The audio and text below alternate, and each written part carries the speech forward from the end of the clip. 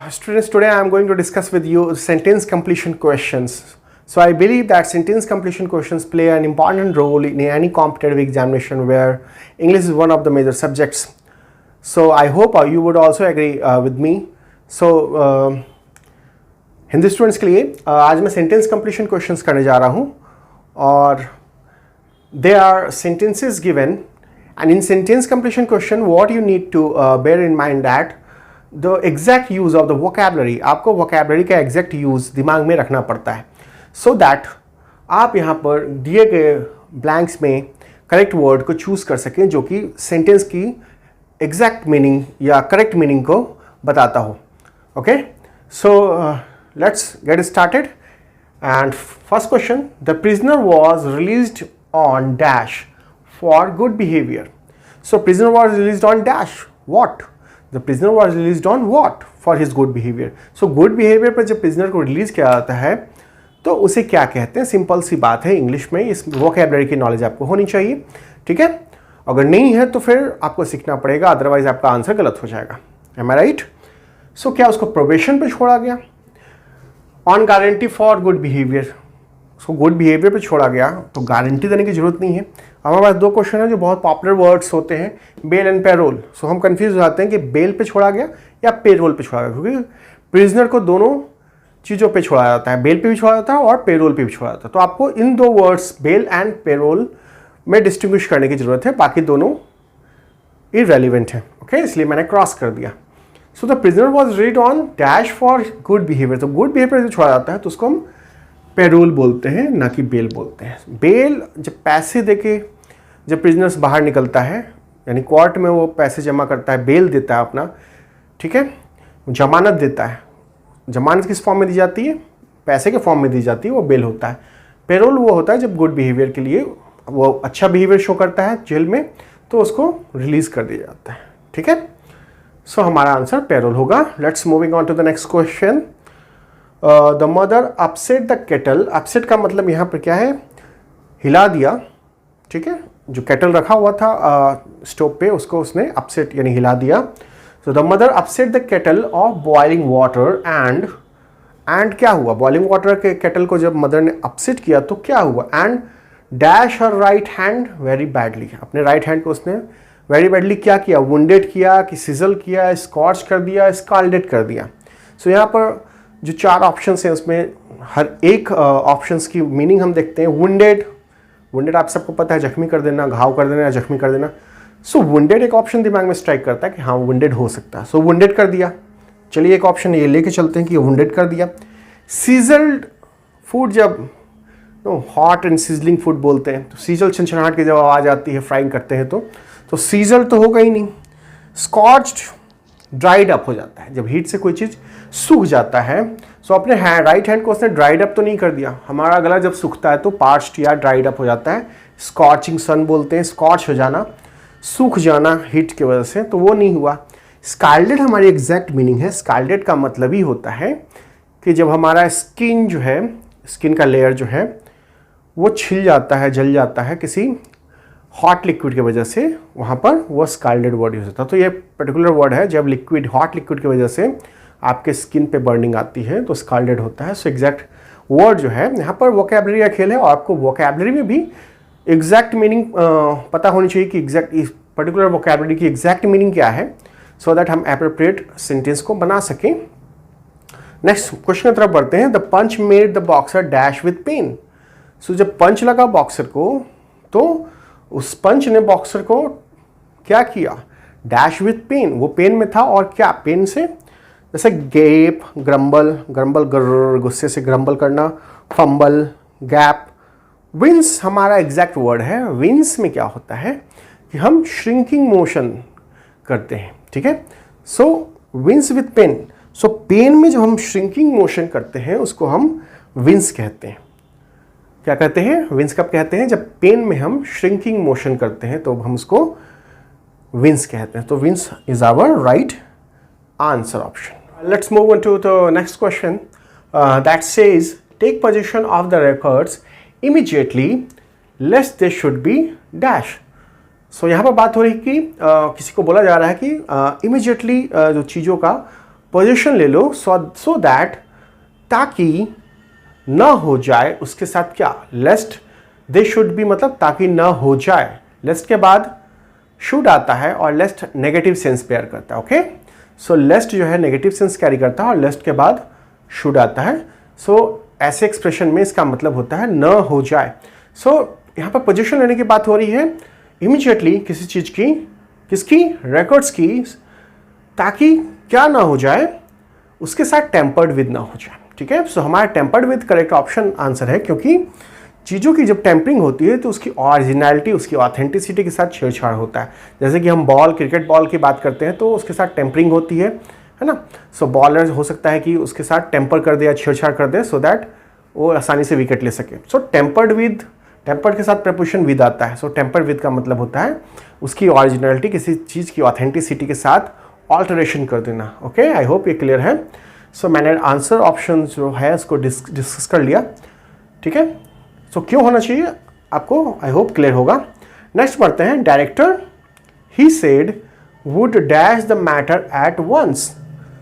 So director he said, उसने क्या कहा कि डायरेक्टर जो है would dash the matter at once. At once का मतलब अचानक से। ओके, सो जिनको एट वंस समझ में नहीं आ रहा है उसके लिए बता दूं, एट वंस मतलब सडनली, अचानक से। सो उसने क्या कहा कि डायरेक्टर क्या करेगा, इन्विजिलेट करेगा। इन्विजिलेट का मतलब क्या होता है, एग्जामिनेशन में इन्विजिलेटर होते हैं।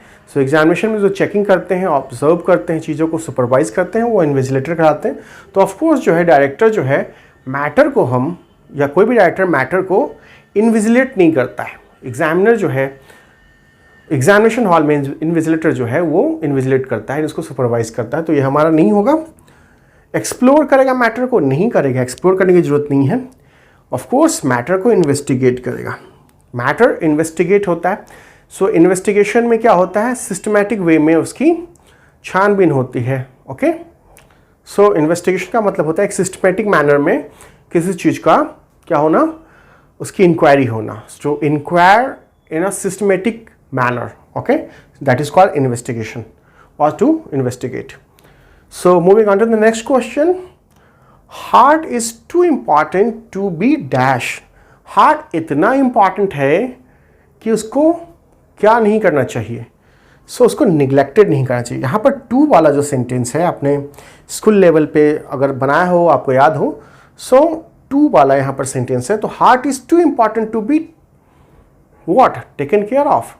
सो heart is too important to be neglected, यानी हार्ट इतना ज़्यादा इंपॉर्टेंट है कि उसको हम निगलेक्ट नहीं कर सकते। इसका सेंस यहाँ पर ये है। Okay, I hope you guys are enjoying this session, and if you are not enjoying please try to concentrate on, it's very important to understand the usages of vocabulary so that you could get good marks in your competitive examinations.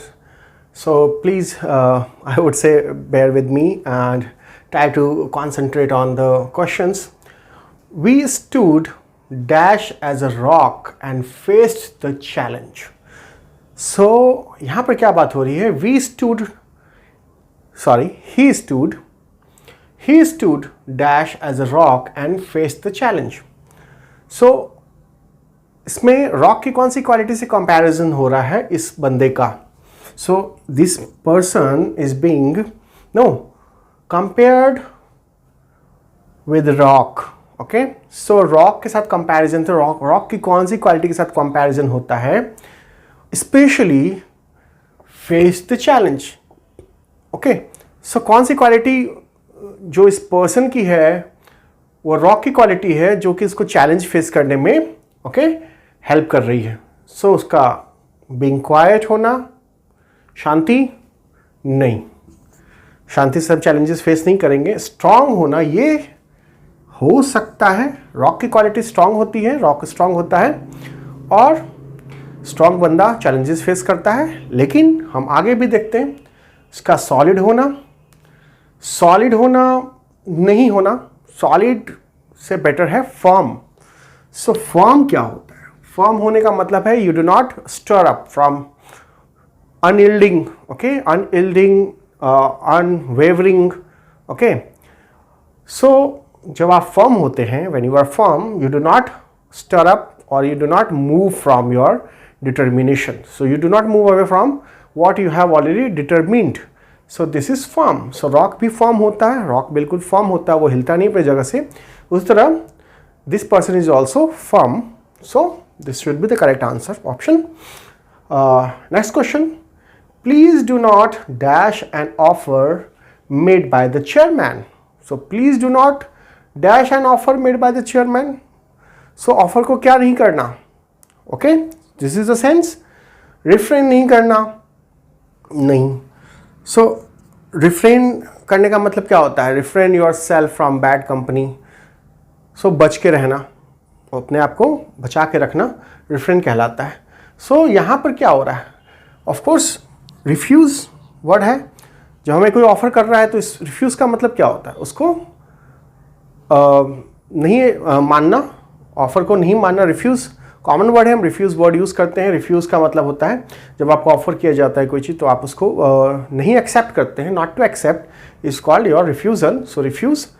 So right option तो of course refuse है. Next word भी मैं बता दूँ, refute.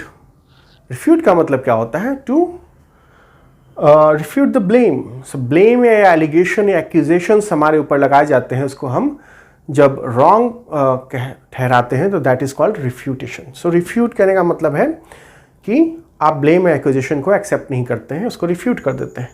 और refuse करने का मतलब है कि कोई चीज़ जो आपको दिया जाता है तो आप उसको लेने से मना कर देते हैं. Do not accept it. So this is called refusal. So refuse, ये वर्ड की स्पेलिंग रॉन्ग है. सो हमारा right answer is refuse. Next question की तरफ बढ़ते हैं. Your case is so unique that I am not getting any dash to support it. So it's talking about of the case which is very unique. So it is so unique that the person is not getting any dash to support it. इसको support करने के लिए इस case को, suppose करो ये जज है कोर्ट में और इस जज को के सामने ऐसा केस आ गया है जिसको वो किसी चीज़ को रेफरेंस में लेके सपोर्ट करता है. सो बेसिकली क्या होता है? प्रेसिडेंस लिया जाता है. प्रेसिडेंस का मतलब जो चीज़ पहले हो चुकी है उसको हम प्रेसिडेंस कहते हैं. नो. सो ये केस इतना यूनिक है कि इसके बारे में कोई प्रेसिडेंस नहीं लिया जा सकता है इसको सपोर्ट करने के लिए. ओके. सो जिसका कोई प्रेसिडेंस नहीं होता उसको हम क्या बोलते हैं? Unprecedented. Unprecedences are those incidents which has never taken place earlier. Okay. So our answer is precedence. I hope the logic is clear. What is the logic? The case is so unique that there is no precedence to support it. Okay. Let's move on to the next question that says I cannot dash to know much about it. I cannot dash to know much about it. मैं क्या नहीं कर सकता हूँ? ठीक है. To know much about it. क्या मैं imagine नहीं कर सकता हूँ? To know much about it. Imagine नहीं कर सकता हूँ to know much about it. या कंसीव नहीं कर सकता हूँ to know much about it. या प्रिटेंड नहीं कर सकता हूँ to know much about it. या कॉन्टेम्पलेट नहीं कर सकता हूँ to know much about it. So क्या मैं कॉन्टेम्पलेट नहीं कर सकता हूँ to know much about it? नहीं, ये तो हो नहीं सकता. इसका मतलब क्या है कि मैं, सेंस हमारे सेंटेंस का क्या है? हमारे सेंटेंस का सेंस है कि मैं ये प्रिटेंड नहीं कर सकता कि मैं इसके बारे में बहुत कुछ जानता हूँ. ये सेंस है. मैं ये प्रिटेंड नहीं करता कि मैं इसके बारे में बहुत कुछ जानता हूँ. सो ऑफकोर्स ये प्रिटेंड करने का सेंस है कि मैं ये प्रिटेंड नहीं कर सकता कि मैं इसके बारे में बहुत कुछ जानता हूँ. ठीक है. ये नहीं हो सकता कि मैं इमेजिन नहीं कर सकता कि मैं इसके बारे में बहुत कुछ जानता हूँ. ये तो होगा नहीं. सो ऑफकोर्स प्रिटेंड करना आई होप आप सभी को पता है. It means pretend means to show off. Okay. To give impression to other that okay you have something or you know something, so you pretend. When you pretend you give an impression to others which is false. Next, if you drink too much it will dash your judgment. If you drink too much it will what your judgment. Judgment को क्या करेगा अगर कोई बंदा ज़्यादा drink करता है तो? impede का मतलब पीछे करना. impede का मतलब पीछे कर देना. ओके. सो ये नहीं होगा. जजमेंट को पीछे कर देना नहीं. इम्पेयर, ऑफ कोर्स इम्पेयर का मतलब वीकन. सो इम्पेयर का मतलब वीकन. सो हमारे जजमेंट को ये क्या कर देगा, drinking too much is weaken कर देगा। ओके, बाकी है इम्पोज एंड इम्पेल, हमारा राइट आंसर हमें मिल गया इम्पेयर। ओके, नेक्स्ट पढ़ते हैं। दीज एसेज आर इंटेलेक्चुअली, ये जो एसेज हैं वो इंटेलेक्चुअली, इंटेलेक्चुअल का मतलब that impresses upon your intellect, intellect मतलब your intelligence। okay, so these essays are intellectually, ये essays जो हैं intellectually क्या है, dash and present various level of complexity। so यहाँ पर जो हमारा hint यहीं पर दिया हुआ है कि various levels of complexity को present करते हैं। so various levels of complexity, there are complexity at various levels। ठीक है, so ये जो essays हैं intellectually क्या है, revealing है। तो रिवेलिंग का मतलब क्या होता है कि इनर लेयर्स को बाहर निकाल के रख देना। रिवील करने का मतलब क्या होता है, जो चीज़ हिडन है। सो यहाँ पर सेंस क्या है कि जो लेयर बाय लेयर है, ठीक है, उसको बाहर निकाल के रख देना, तो वो इंटेलेक्चुअली रिवीलिंग है।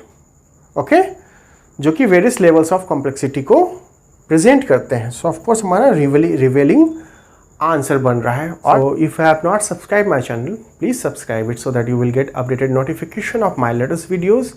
आई will keep bringing to you my videos on English for competitive examination, and do share it with your friends. So until my next video, see you, bye bye.